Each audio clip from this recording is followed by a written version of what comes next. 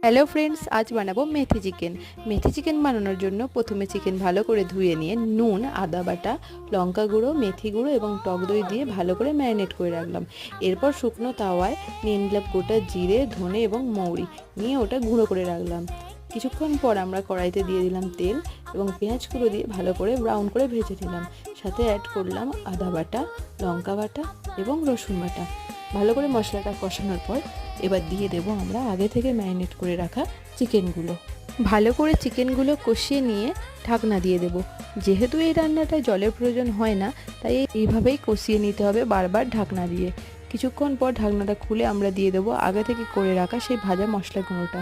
আবার কিছুক্ষণ চাপা দিয়ে ভালো করে কষিয়ে নেওয়ার পর দিয়ে দেবো ক্যাপসিকাম কুচি করে রাখা এবং কাঁচা লঙ্কা দিয়ে ভালো করে নেড়ে চেড়ে আবার 10 মিনিটের জন্য ঢাকনা দিয়ে রেখে দেবো। 10 মিনিট পর দিয়ে দেবো মেথি গুঁড়ো, লেবুর রস এবং ধনেপাতা কুচি দিয়ে নামিয়ে নেব।